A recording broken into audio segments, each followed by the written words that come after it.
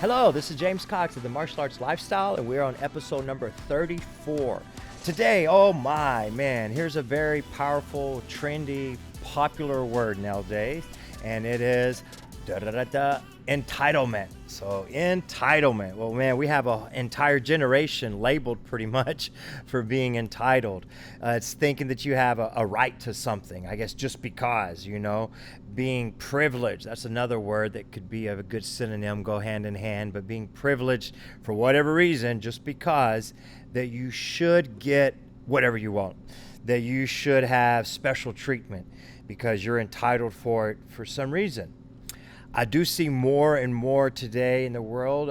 It's common. I see it in competitions, in sports. I see it with winning and losing. I see it with awards that people feel that maybe they're entitled to think that they should not lose. Like you're going to always win. And maybe somebody who's used to winning, even if they didn't quite deserve the victory. And I see that a lot with all the participation awards. So instead of first, second, third, and someone lost, they didn't get a place. Well, everybody gets a place, right? So in a lot of things, that just creates, in my opinion, more entitlement. And then all of a sudden, when we do lose, we don't know how to lose because we're used to always winning. So that whole entitlement mentality gets people thinking that they should always win.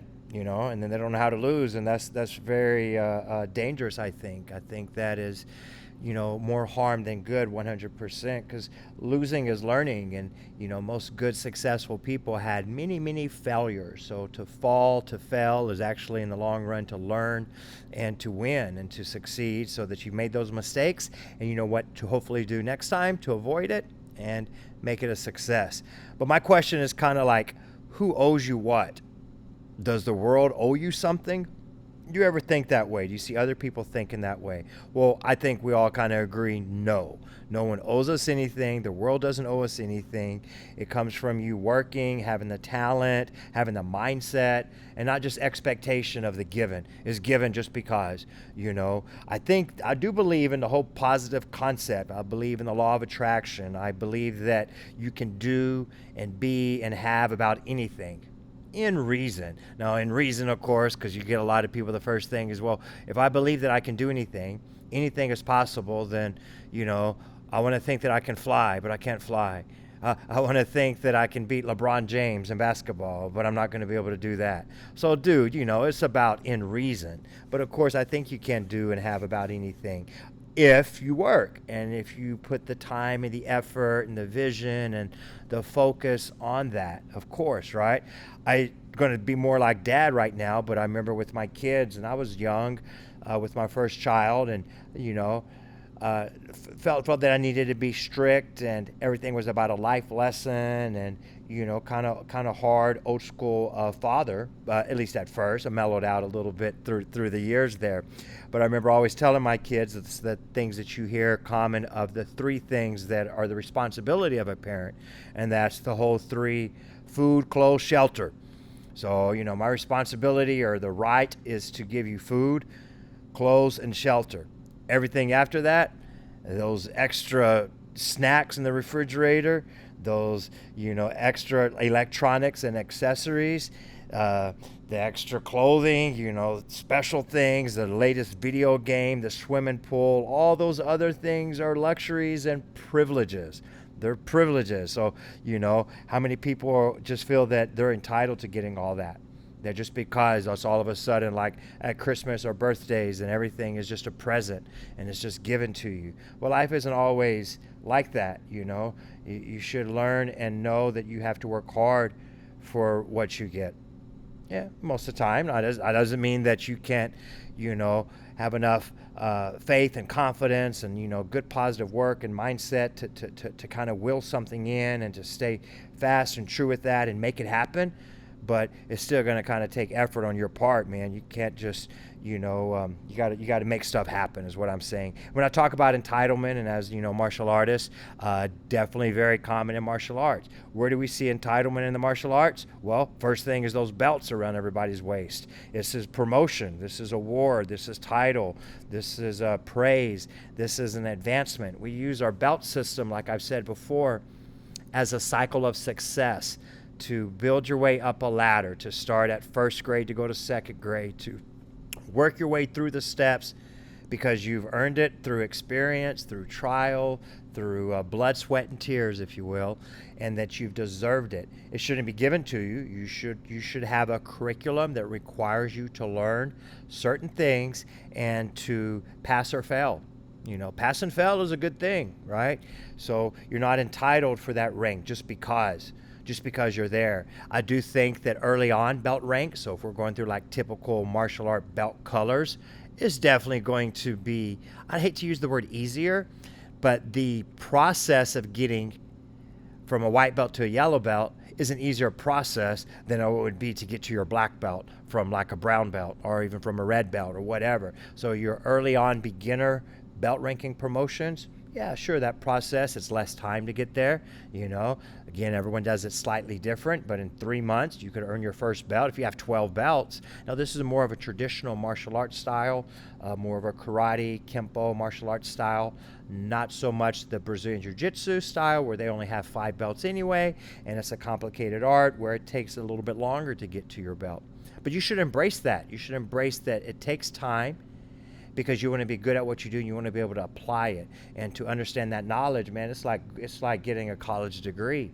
You need to be able to apply the knowledge you have, not just book smart, not just memorizing, and not just being there. You can't just get a promotion just because you're there, right? But to be able to apply what you know and understand it under pressure and adrenaline and all of those things. So earning a yellow belt is going to be a little bit different than earning a black belt, but it should be that word that I just said, earning and deserving, not entitled that you feel that this is going to be given to you for whatever reason. I've seen it so much. I see it every day. I see it with kids. I see it with grown men and women. I see it with parents that are on the sideline. And, it's always going to happen. But it's that sense of this person, feeling that they should have been promoted for whatever reason. And they just, the instructor's choice, right? Or his decision based on the experience and that it wasn't time. Time is important, man. It takes time. It takes time, and rushing it doesn't help you.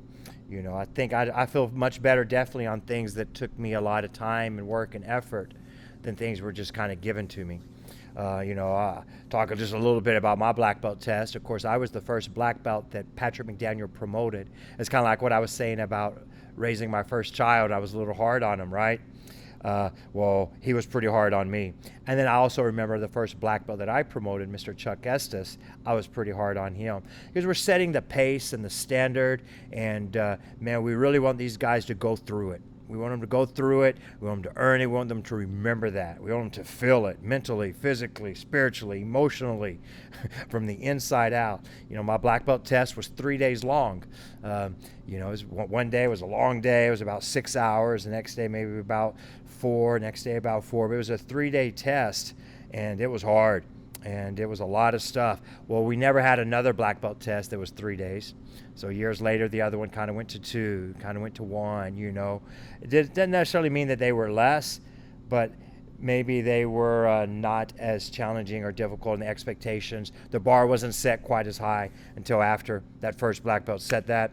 And then, of course, we want to keep improving it. Anyway, a little bit off subject, but back to the whole entitlement of that. I know what I went through on my black belt test, and I felt really good about earning that because it wasn't given to me. I've seen other belts given away. I've seen people purchase them. It's like in the martial art movies, you can just go buy a black belt, right? It doesn't make you one.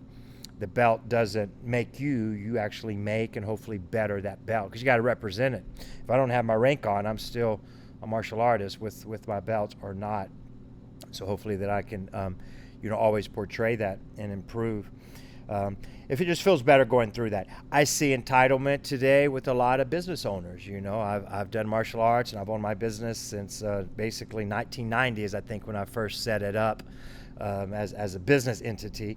And just because you open up a business, you can do all the things you need to do, man. You can go get your license, you can, rent a building, you can put a sign out, you can do some advertising, promotion, you can turn the lights on and open the doors. But just because you open the business doesn't mean that you're entitled for success, right? You got to do the legwork. You got to do the grassroots marketing. You got to hit the streets, and you got to hustle and grind and put some sweat into it. and it's going to come a little bit to you. So you're not entitled just because you have a business, as well as the expectation or the assumption that because you have a business, you're rich. I still get this at times. Well, it must be nice to have your own business.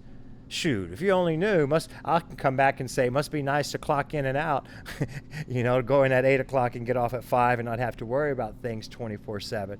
In ways and times, and I'm fortunate, I'm blessed, I'm very happy and grateful for owning my business and doing what I do, but it's not always like it may appear on the outside.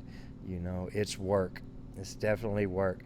But you got to be there. You got to be there to win it, and you got to be in it. And, we get sometimes the entitlement from just some of the younger people. We could call them softies, but it's not just the young people that I see entitled. They just get picked on a lot. I get it. I see older people getting entitled. I've seen and heard older people in martial arts say things like, well, I'm 60 years old. I should be a black belt by now. Well, you should be a black belt by now because you're 60 years old? No. You should be a black belt by now because you're 15 years old? No. How about you should be a black belt by now because you've put in the time, the work, you have the skills, you have the talent, you can back it up, and because your instructor signed the certificate and agrees to authorize you, to certify you, and they acknowledge and recognize that you've passed your test. Remember, there is such thing as pass or fail. So, and our system from the belts should be gradual. You should build it from the inside out, and nobody's entitled for something to be given to them just because. It's just like awards. We've had award dinners and banquets, and man, we're going to give out an award for the student of the year, the best competitor, the most improved student. And there's some people ready to stand up already when you call the award out. You ever seen that? Right? I want to present the 2023 student of the year. The wrong person stands up. I didn't even say his name yet. That's never really happened. But you can see how people have at times entitlement that it's going to be them. What happens when it's not you? In a situation like that, the other person gets the award, the other team wins. I feel that it's bigger and better, and it's that warrior spirit that then you stand loud and proud for them, and you congratulate them, and you got to truly be sincere about it. You should be proud of this person getting the award that you didn't get, because they earned it, and they deserved it. And if it wasn't based on your decision, which it wasn't, then it's not up to you. So accept it and learn and grow and work harder next time. That's how I feel. If you want the award that bad, work harder for it. But how about just don't necessarily expect it, all right? Because things don't always come to you, and the things that come to you easy, are not usually worth it anyway. It's the old stories of everybody had it harder, right? They walked uphill in the snow, barefoot, both ways, and all of those things there. And maybe they did, but I don't know. I wanted to talk to you guys a little bit about entitlement, and if you can stop and do some reflection in your own life, if it's in the martial arts school, if it's outside the martial arts school, at home, in school, and then just daily, what does someone owe you? And just quickly say no. And if you want it, you go get it. You can get it. You just got to put in the effort, man. You just got to not quit, have that stick-to-itness, and push. And then, most things are possible to a willing mind, as long as you put in the time and the effort. Guys, thank you very much. I appreciate you. Continue with our podcasts and share them, and message me some questions if you'd like us to talk about some other things in the future. We do have some exciting episodes coming up, as well as stay on top of the YouTube channel at James Cox Martial Arts. I'm proud and excited of some of the new instructional videos that we have, from footwork videos to a new one that's coming out on deceptive kicks. And these are some of the basics done in a more advanced way. So I feel in martial arts that, dude, there's only a certain amount of kicks and punches, but your understanding should get deeper into those kicks and punches, where you're not really doing the same thing, you're doing the same thing slightly different. And it just becomes there's variations. So is there one jab? No, there's many ways to throw a jab. So the variations and the understanding of it. And that's my thinking here lately with a lot of the instructional videos that we're putting out on our new YouTube channel, is to advance the basics. What if you could do white belt techniques like black belts? And then what if you could do a lot of the same techniques slightly different to have variations? Then to me, that's just more tools in your toolbox, and that's value, and it's not like relearning something completely. So anyway, follow the channel. We'll talk to you guys soon. Thanks.